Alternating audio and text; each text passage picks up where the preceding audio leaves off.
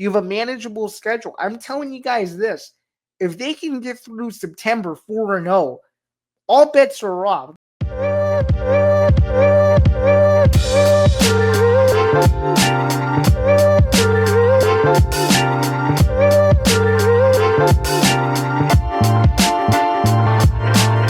Welcome back, everyone. This is Bando's Breakdowns. It's good to be back after about a week or so hiatus. This is episode 55. My name is Zain Bando. Thanks again for joining me. As always, we are officially into the month of August. Did not have the conclusion to July that I thought we were going to, so my apologies. I was feeling a little under the weather this past week, but I'm excited to get back at it here as we slowly but surely inch closer and closer to the college football and NFL seasons, as well as get into the stretch run across the combat sports calendar and more specifically the sports media calendar, which is what we're going to be spending much of today's show talking about. So before we get into all the logistics and all of just the plans that I have coming up today, just a few quick reminders before we get into the episode.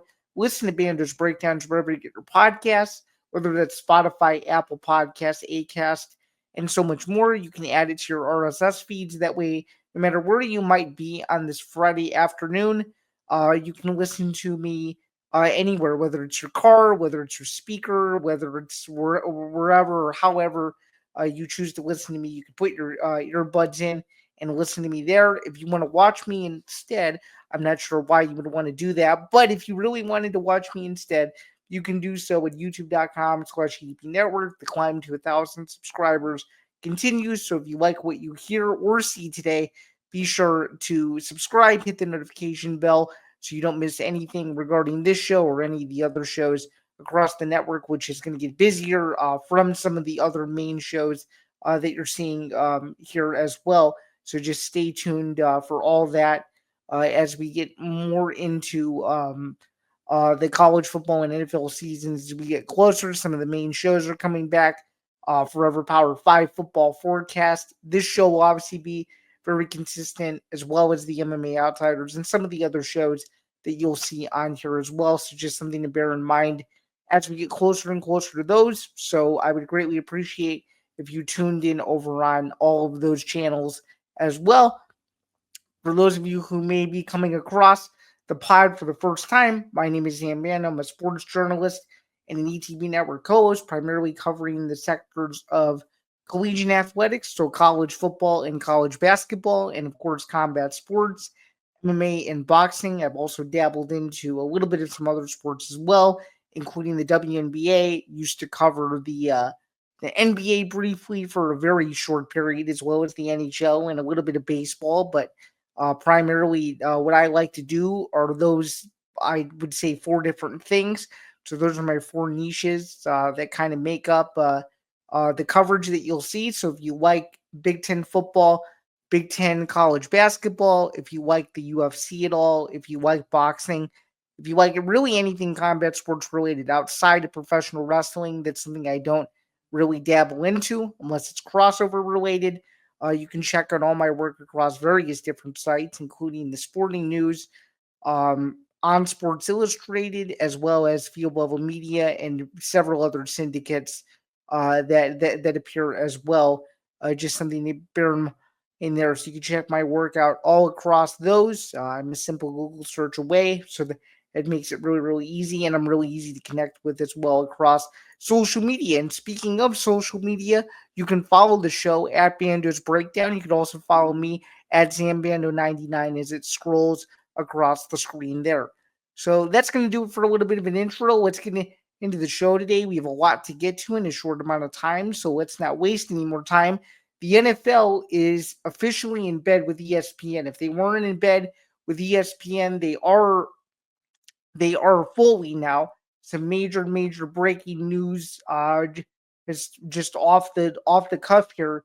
A few major breaking news items, but the NFL is making a huge deal with ESPN. So just to kind of give you some context here, beginning with the 2026 NFL regular season, NFL media is essentially going to be overtaken by ESPN. So ESPN is going to own a portion of the NFL media rights. And let's take a look at the press release that came out from NFL Communications that kind of talks about this more. So ESPN, this is as of Tuesday at the time that this is being recorded when this email was sent out. At the time that this is being recorded, it's now been about a day since all of this has become official. But according to the NFL itself, ESPN to acquire NFL Network and other media assets from the NFL in exchange for a 10% equity stake in ESPN. So what does this all mean?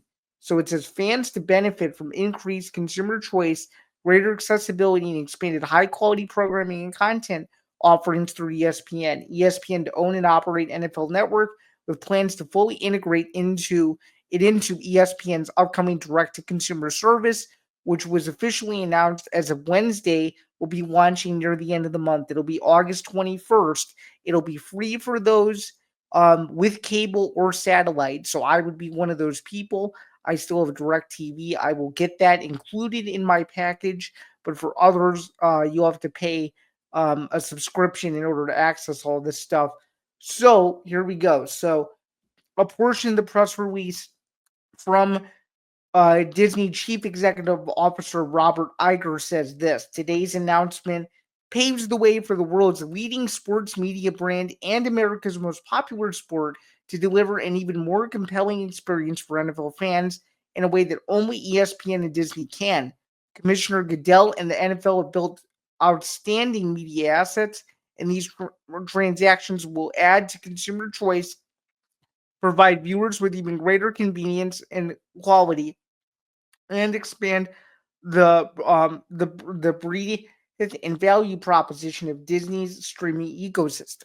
So now ESPN is fully integrating all of their content into one DTC platform, and it looks like the NFL is going to follow suit.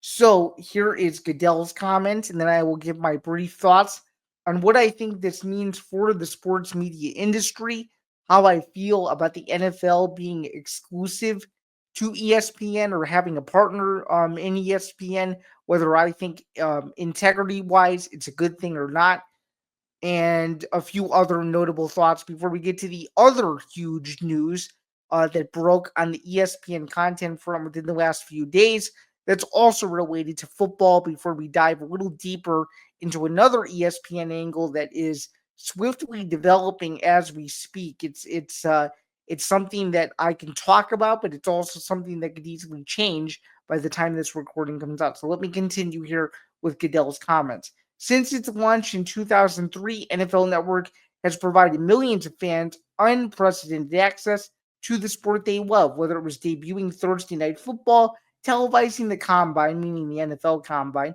or telling incredible football stories through original shows and breaking news. NFL Network has delivered. The network sale to ESPN will build on this remarkable legacy, providing more NFL football for more fans in new and innovative ways. So that can mean a lot of different things. That can mean that ESPN employees that cover the NFL can now be under the NFL media umbrella. So you might see some names on the NFL network that you didn't see previously that were exclusively just with the NFL network that will now be with ESPN. That could mean that. And of course, that also means more footballs. They now have the rights to a couple more games than they used to. There's going to be no more Monday night doubleheaders. There's a couple other things involved in the pipeline for this deal that I think could make it extremely interesting. All right, let's continue. This is according to Jimmy Pitaro, the chairman of ESPN. Here's a portion of his statement. By combining these NFL media assets with ESPN's reach and innovation, we're creating a premier destination for football fans. Together, ESPN and the NFL are redefining how fans engage with the game anytime, anywhere. This deal helps fuel ESPN's digital future, laying the foundation for an even more robust offering as we prepare to launch our new direct-to-consumer service. So, here are my thoughts. This is huge for sports media. I actually think in more ways than one, there's more positives than negatives to this. It maintains ESPN's dominance as the biggest sports network on the planet. It goes to show that content is king. It also goes to show that the NFL without any question or shadow of a doubt, regardless of whether you like other sports or not, you have to be one to admit that the NFL is the biggest league on the planet. I mean, and if this news doesn't already scream that, I don't know what does. So that's gigantic number one. Now I'm going to put on my big J journalist hat and give you guys the bad news. This is a little bit of an unfortunate partnership from a journalistic standpoint, because what I've been taught and what several other thousands of journalists over the years, whether they made it in the industry or not, have been taught is the fact of impartiality. Now that the NFL and ESPN are together, I think, and the prioritization of NFL coverage and some of the teams that are going to get covered on a wider basis are going to be at the forefront instead of covering the league from a neutral perspective. So, of course, ESPN in some ways is rooting for not just content. They're also rooting for ratings. They're also rooting for intrigue. And they're rooting for all these things that in years past they would just cover the league as a network. And I get it. You need television partners to televise the games. But now that they're officially like in business together, essentially with NFL media, I think it goes to show that there's going to be some bias involved that maybe a lot of people weren't expecting or not used to compared to the NFL relationship of ESPN of the past in the 80s, 90s, and 2000s. And now, of course, they're in with the sports books now. So now there's going to be even more of an emphasis on gambling, and there's going to be even more of an emphasis on just the accessibility to games. Now they're going to be able to watch anything from anywhere, and ESPN is going to make it as seamless as possible. I think it's really interesting stuff. I think there's more pros to this deal than cons. I could understand the cons to this, but it's clear they want it to be on a really, really, really, really major scale. They want to be the ones to say, okay, on Sunday afternoon, what is everybody doing? And this is going to be one of those ways. And I think the more accessibility that the NFL has, the better off it's going to be, and more people are going to be able to watch the sport. So I think in more ways than one, it's just a sign of the times and the evolution of the future, which the same can be said for another major sports league that signed another huge rights deal. We're not going to really get into it because there's another angle of it I want to take, but it's clear and goes to show that ESPN is really making some of their major sports a priority, with the NFL being the biggest one. And speaking of football, we have to talk about this. This was a massive signing. 22-year-old fresh college graduate, Katie Feeney, was hired at ESPN earlier this week. She's going to be a lifestyle content creator for them, which is obviously a huge deal because this is now where sports media is going. It's more short form content. It's less about articles and general sports news. It's more about 30-second to a minute dopamine hits and what people can get out of short form content. And she's obviously very, very good at it. She has over 14 million followers, I think, across all social media platforms. And I think it goes to show, and I know a lot of people disagree with this, but I'm just going to say it. I think for people in my generation, this is huge because it goes to show that that social media is important. It used to just be an extension of your coverage or of what you did as a content creator, and now it's becoming the norm. I think it's going to eventually replace, in some ways, the traditional beat reporter or journalist type, which is someone that I consider myself as. I do this show as an extension of my coverage, but I think eventually you'll see, maybe not me per se. I don't want to say things and then not deliver on them, but I will say that it's it's becoming such a new norm now that I think it could start a trend where now a lot of people want to do what she does. And I think it's the evolution of a lot of things. Just like when traditional newspapers started to die out and they went to digital, when all these website bloggers came out in the mid 2000s, that was like a new thing. People would go to blogs to look for analysis on their favorite team. And now, with this new digital age and social media, people want to follow content creators because every single one is different. I follow content creators with various niches. There's content creators, for example, Backseat Coach, where all he does is cover college football. There is, Nolan Whalen, who only does MMA betting. There's several other different content creators where that's their lane and they stay in it and their follower count grows because people are looking for content like that. And stuff like that. If you guys haven't noticed over the last year, I've really started to try to up my Reels game a little bit because Reels are a good source of short form content. You don't want to listen to this whole show. You don't feel like you have to. I try to pull the best clips from this show every week that I possibly can to make them into short form pieces of content because social media it resonates with people better, and I'm noticing that my social numbers are going up because of the number of reels I'm putting out a month. I'm probably scheduling an average of maybe 20 different pieces of content a month from the various shows I do, and it's because without those clips, I would be doing a disservice to not drive more people to the show. So it's another extension of that, and obviously it isn't on the scale that what she's going to do. She's going to be doing stuff for Monday Night Football, for College Game Day, and Sports Center, the main Sports Center lead on Snapchat. It's a big deal. It's a very, very big deal. So I just wanted to say congrats to her. I think it's the new generation, and she's going to be doing something right because I think a lot of people are interested in what she's going to do. I think a lot of people are interested in what ESPN is going to do with the types of content that she is going to produce.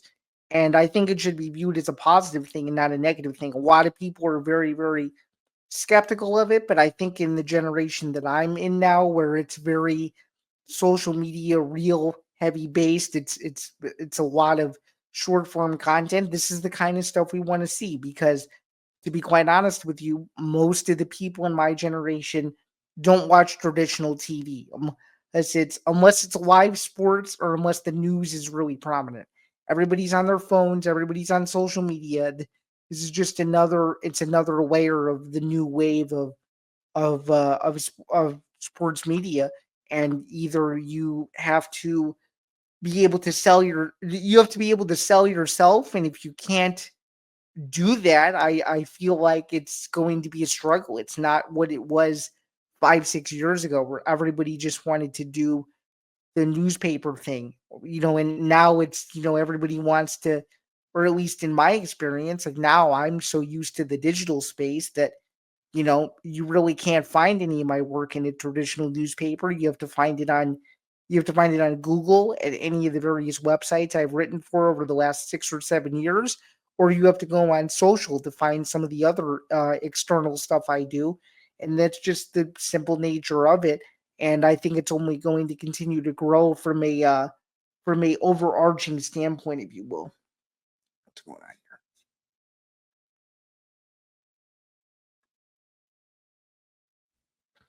here? Okay. Nevertheless, though, let's move on. I was kind of hinting at it earlier, and we don't have a banner to show for this because I don't want to highlight it too much. But with the recent news of the WWE going all in on ESPN, it only leaves the question of what in the world is going on with the potential transaction between the UFC and Netflix for 2026. And here it is, my prediction on this, and I've been toying back and forth with it for quite a bit. And I'm not sure whether my opinion will change next week or in 2 weeks or in 3 weeks or even in a month. But what I can tell you is this is a big deal. So obviously, with them being under TKO, with the UFC being under TKO, it would make logical sense for the UFC to stay with ESPN. That's probably your first thought of me mentioning this. But I want to throw a bit of a curveball and say, there's still a multitude of issues with ESPN Plus, even as recently as last weekend, with the UFC Vegas card. I mean, people were trying to stream it on ESPN Plus and they were unable to do so and it was buffering like every fight in the first round, according to one user. So I don't know. I feel like something's going to cave in, something's going to happen.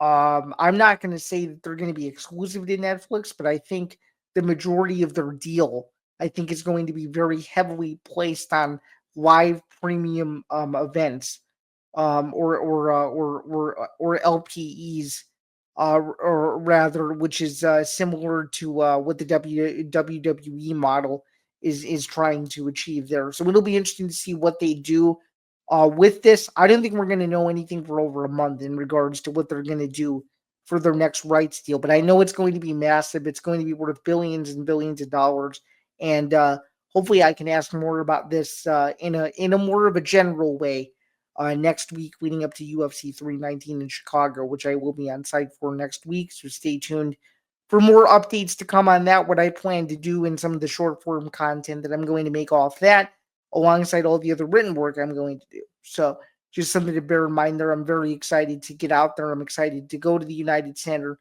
and potentially another location, which I don't know yet, to cover the happenings leading up to the fight, and then of course the fight itself. So it should be a great time, and I'm looking forward to seeing how the card plays out. But nonetheless, though, let's move on. Let's talk about some college football, and let's get into this. So Phil Steele, the college football magazine guru that releases his own magazine every year, which is known as the most accurate magazine over the last 30 years. And the reason why I looked over is because I have it next to me. He went on Big Ten Network and he previewed some of the Big Ten's major storylines, including why he thinks Penn State is going to win the national championship for the first time since 1986. So let's hear what Phil Steele has to say. It seems like he was very high on the Nittany Lions, who they brought in, Jim Knowles as the new defensive coordinator, and so much more. So let's check out what Phil Steele said and what he thinks Penn State is going to do in order to lead itself to the college football playoff and of course national championship. So courtesy of an exclusive interview with Big Ten Network, let's listen to what Phil Steele had to say. 31 years of the magazine, I've picked Penn State to win it all this year. And, I think they have the same things going for them that Michigan and Ohio State had the last 2 years. And that is a lot of players turned down the NFL, opted to return for the senior season. Now, if you look at all the top contenders, very few returned their starting quarterback. Drew Allar is back for Penn State. It's his third year as a starter. We saw improvement last year. Then you look at the running back core. I rated him number one in the country. Offensive line, how about number one in the country? You look at the receivers. Last year is sort of a weakness, but this year they've added in 3 big-time transfers. I think that's going to aid that. Defensively, they're loaded with Danny Dennis-Sutton, Zain Durant up front. Every unit on the defense is solid, and they're even one of the top special teams.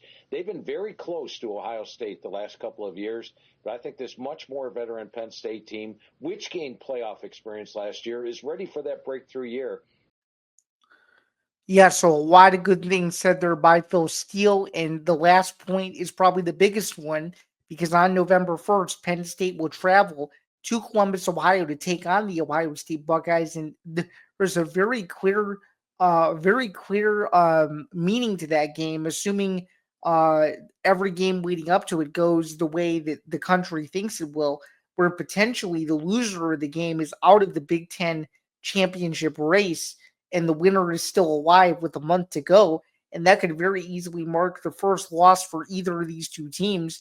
So, based on Phil Steele's predictions here, he more than likely believes that Penn State is going to win the Ohio State game, which will be good enough for them to make the Big Ten championship. I think it's bold. I think if anything, and I haven't really gotten into my full Big Ten predictions yet. I know I have to do that. We'll probably end up doing that next week now that I think about it because the season is so close. At the time that we're recording this, the season really doesn't get underway for like another 2.5 weeks for most of the teams here. But I do think 11-1 for Penn State is possible. I mean, look at all the talent they have coming back. He alluded to it. Drew Allar is back for his final year for the NFL. A lot of scouts seem very skeptical as to whether or not this season will be enough for him to improve his draft stock.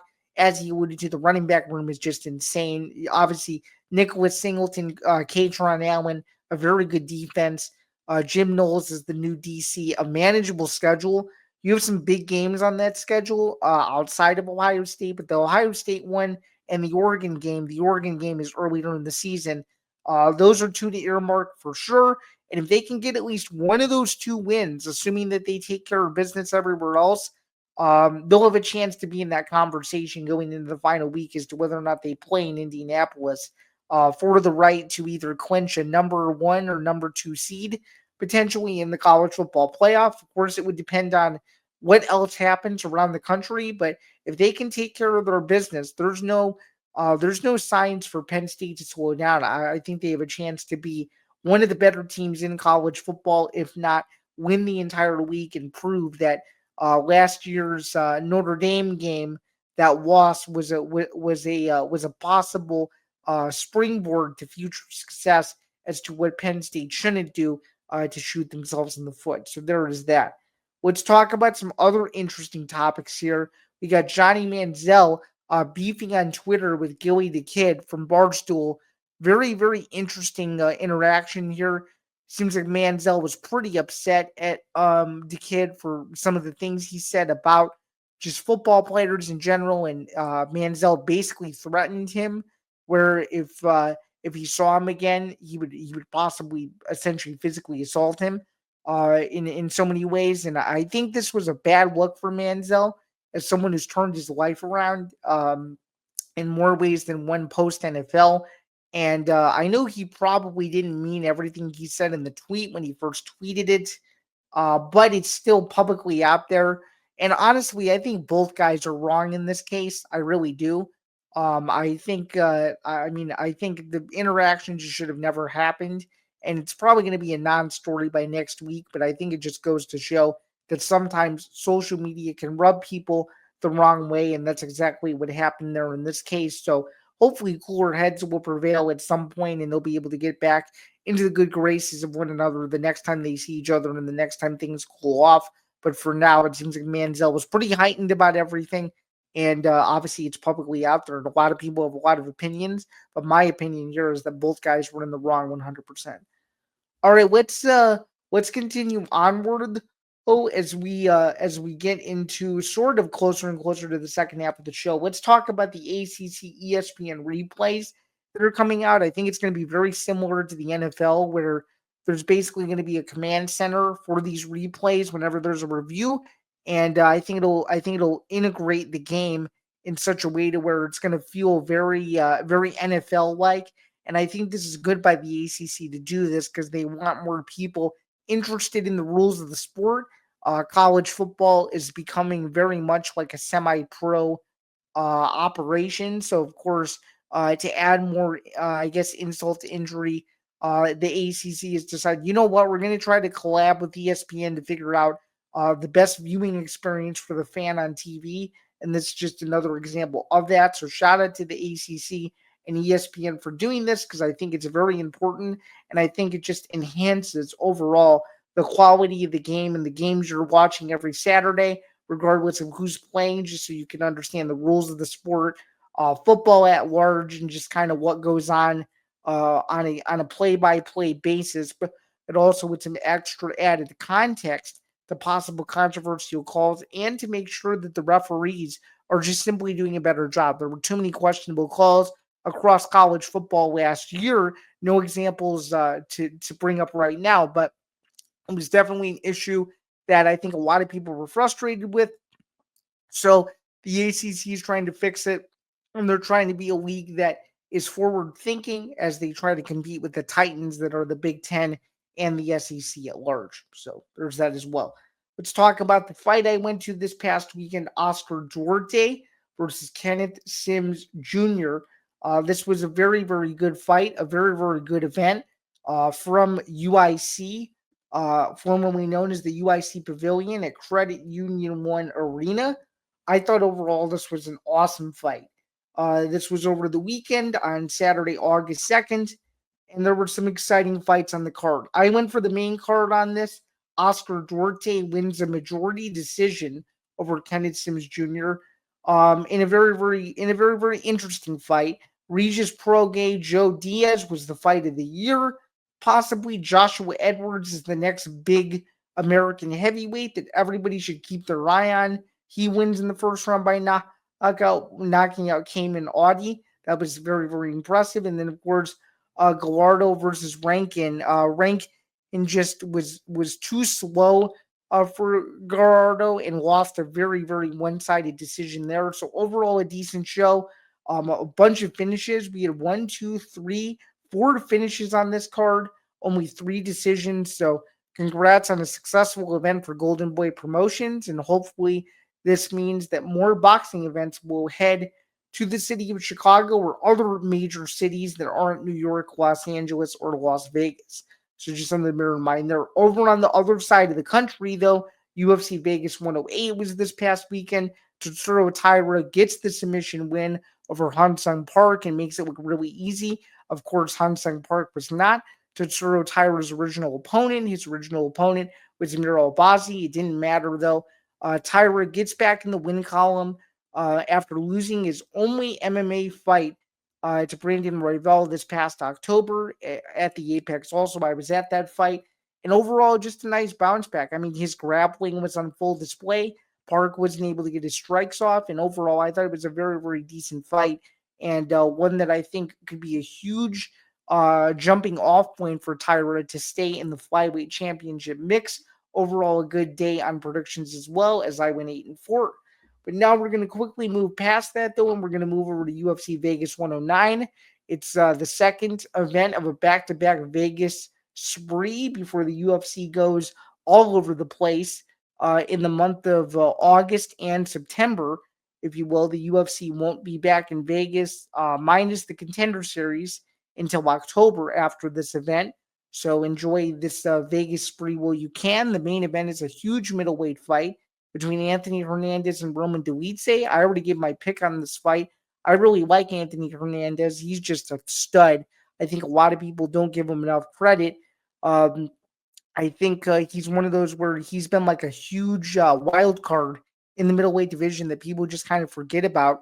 And even though Duarte, won a fight against a pretty big name in his last outing, I just think Hernandez is a little bit better. I think he has better wrestling. I just think overall his gas tank is a little bit better. And when Duarte slows down, you can tell he's a completely different fighter. So I really like Hernandez in this spot. Of course, you'll get the rest of my predictions on Saturday before the card gets underway.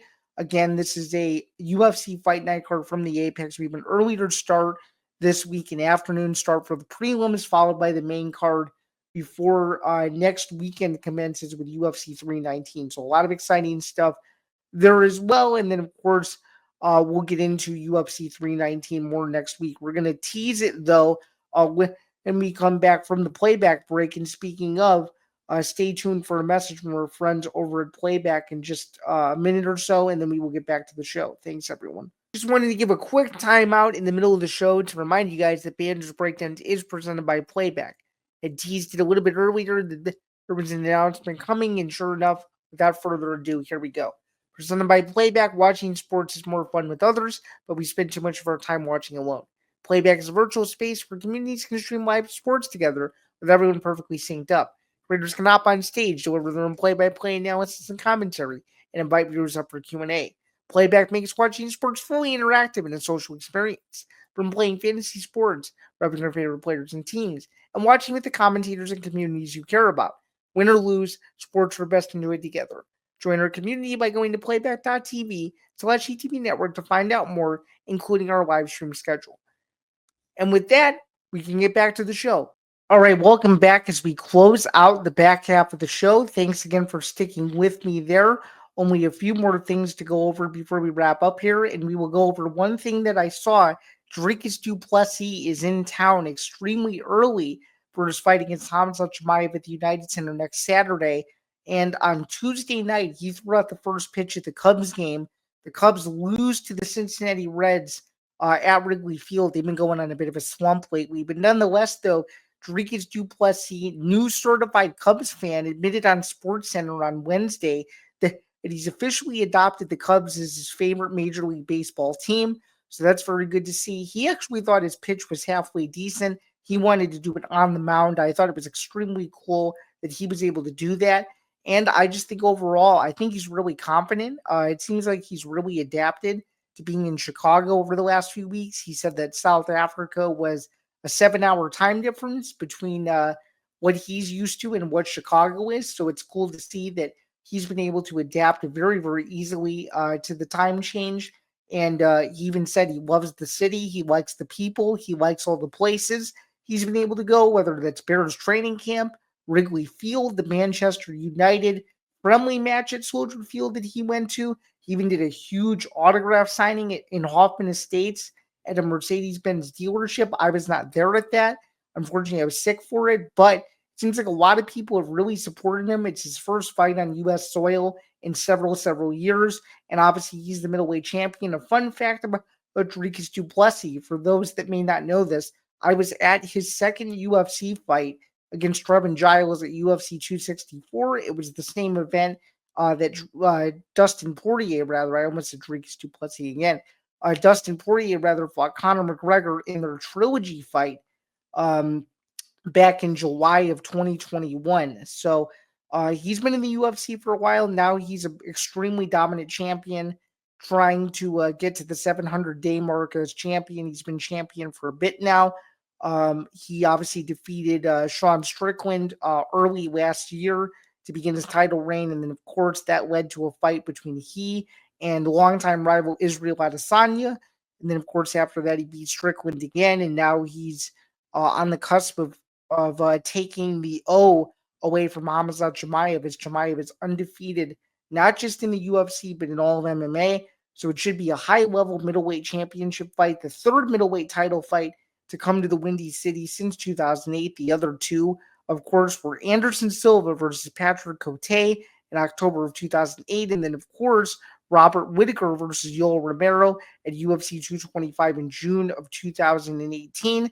The UFC returns to Chicago for the first time since June of 2019. It's been a long overdue stop for the promotion. It's been the most asked about location to MMA media probably since the UFC was last here. Maybe it becomes a yearly destination. We're going to know a whole lot more about the status of events in Chicago by the end of next weekend, but figured I would just throw that in there and say shout out to Rodriguez Duplessis for throwing out the first pitch, because that's not easy to do. And I bet a lot of people didn't know who he was, but they maybe know who he is after this whole thing, and maybe that that leads people into purchasing a UFC event or going to the fight for the very first time, as people who don't know really much about the sport at all. So I'm excited to see if that leads to some newer consumers or not, and whether or not this means that it's going to be more of a consistent thing for figures in other sports, rather, to throw out the first pitch. When I was at a Cubs game about a month ago, Alvin Kamara threw out the first pitch, which was very, very cool, even though it was kind of weird. I think he was there for DraftKings. I think that was the whole point about that. But nonetheless, though, cool to see DDP do his thing on the mound, and he can get back to training, and he looks gigantic. He was 230 pounds as of last week. I don't know what he's walking around at now, but I can guarantee you this: he's a championship fighter. He will be on weight a week from next Friday when he officially weighs in ahead of his middleweight title defense against Jamiah. But that'll be more for next week. I'm excited to bring probably one of my biggest episodes that I'll ever do in episode 56. But for now, let's wrap up episode 55 with this.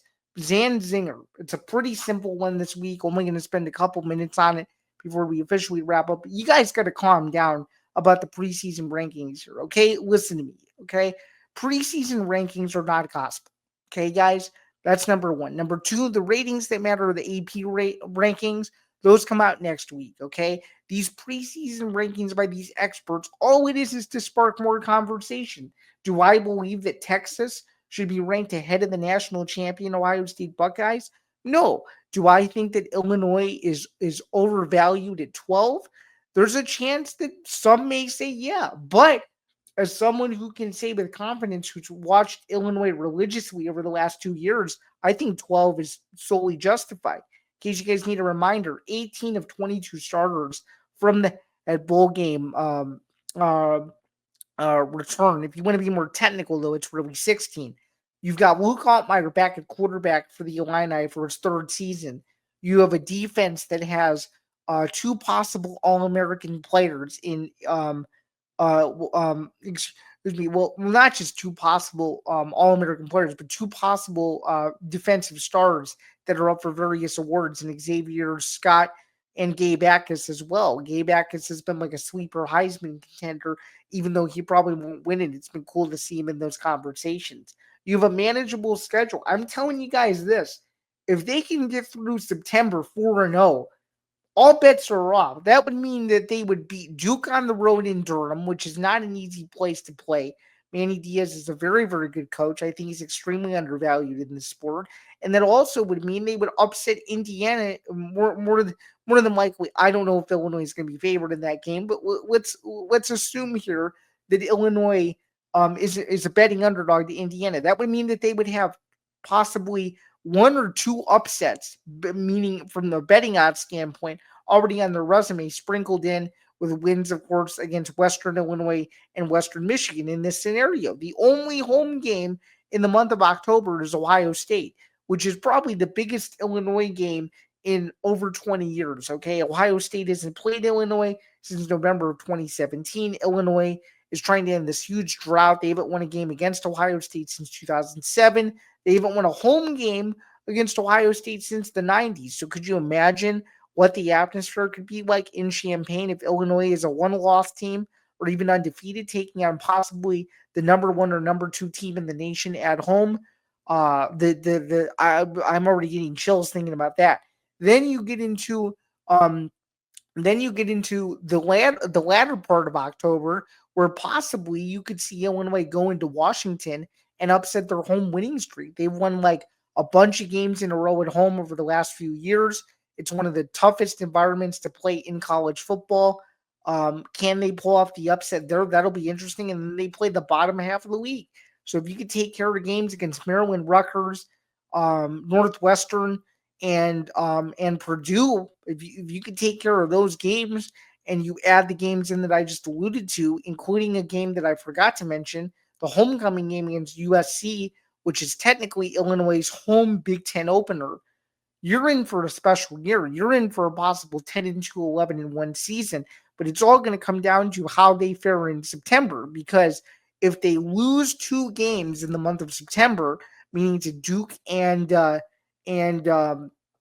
Indiana, that would mean that they would have to beat Ohio State to show the committee that they have a resume win. Because I don't think, as much as a lot of people are high on USC, and there's a chance that they could be better under Lincoln Riley this year with the new pieces that USC has, the major question is going to be is, will it be enough of a quality win? I don't think so, which is why getting at least a win against one of those two teams in September is going to be huge. And if they play Ohio State close, maybe lose to Ohio State by 3, maybe they have a chance to get into the playoff at 10-2. But it wouldn't be a comfortable 10-2 as much as it would be if it was 10-2 where it's only 2 losses were to Indiana and Ohio State. And both games are really close games. The committee, I feel, should value that. They're definitely in at 11-1. The question is going to be, can they get in at 10-2? I think a few things would have to break their way in order to get in at 10-2, because you could also make the same argument that possibly Ohio State, you never know. It could come down to, if Ohio State's 10-2 and Ohio State's 2 losses are to Texas and Penn State, could they value Ohio State, Illinois head to head, where whoever wins that game is in the college football playoff and whoever loses is potentially out because of the head to head? I think that that's more than fair. 100%. So there's that scenario. The same thing can be said for if USC somehow finishes 10-2. Whoever wins the Illinois USC game, could they be in the playoff with the loser being out? I think there's a lot of different scenarios there. It's only August 8th that we're talking about this, but it's clear that the college football playoff stakes are going to be very, very prevalent as early as the middle of September. So You guys got to calm down about preseason rankings. What's going to matter are the results on the field. And the fact of the matter is, if Illinois, more specifically, can take care of business at home, and maybe it's only lost on its home schedule again, is a very close game this time to Ohio State, where maybe they lose by a touchdown or maybe 8 points. I think that's solid enough to see, you know what? They played number one or number two, whatever they're going to be, hard enough to where, okay, we'll slot them in. But I do think, though, if they want to win the Big Ten and they want to go to Indy, I think going 11-1 is paramount, because I don't think they're getting in at 10-2. I think there's too many teams that have a chance to go 10-2, to where their strength of schedule, et cetera, is going to be enough for them to get in. I feel like Illinois needs to get to 11, because if they can't do that, they probably won't be playing for the Big Ten championship in Indy after all. But I think the big goal, though, outside of just, going to the Big Ten championship would be awesome. But I do think an added bonus, though, for sure, 1,000% would be would be going to the college football playoff. I think that's the biggest goal from this team. Although past history tells us that one good season for Illinois, just like this past year's 10-3 season, leads to another bad year. Hopefully this trend doesn't continue. I do think Brett Bielema has them going in the right direction, and he is taking the right approach by saying one game at a time is simply put the best course of action. So there's that as well. That's going to do it, though, for Bando's Breakdowns episode 55. There were no errors in this week's episode, so thanks again for tuning in. It's really greatly appreciated. And just as a quick reminder as well, Zain Zinger Part 2. It's going to be a fun episode this week. It's obviously going to drop tomorrow, but for those of you who can't catch it, be sure to catch Zain Zinger Part 2, the replay of it, on Playback immediately after it airs. It's going to be in the morning, probably 11 a.m. Eastern, somewhere in there, where we're going to extend the conversation and talk more about what we didn't talk about in today's show for maybe 20 to 25 minutes or so. And of course, it's going to be one of the last ones of these before Zinger Part 2 moves to Sundays. And then, of course, Bando's Blitz will move to Saturdays. But for now, we're sticking with the same schedule for about the next 2.5 weeks before we get that schedule underway for the fall and football and so much more. But that's going to do it, though, for another edition of the show. Thanks again for tuning in. Just one final reminder before we get out of here, and it's very, very important that I plug this, because it is one of the lifebloods of the show, is please be sure to listen to Bando's Breakdowns wherever you get your podcasts. Again, that's Spotify, Apple Podcasts, and so much more. For everybody at ETB, my name is Zan Bando. I hope you have a great rest of your week and a great weekend at large, as well as we get into, August in full swing here. We're going to get closer and closer to football and so much more. But until then, I'll catch you guys soon, and I hope you have a great rest of your day. Thanks.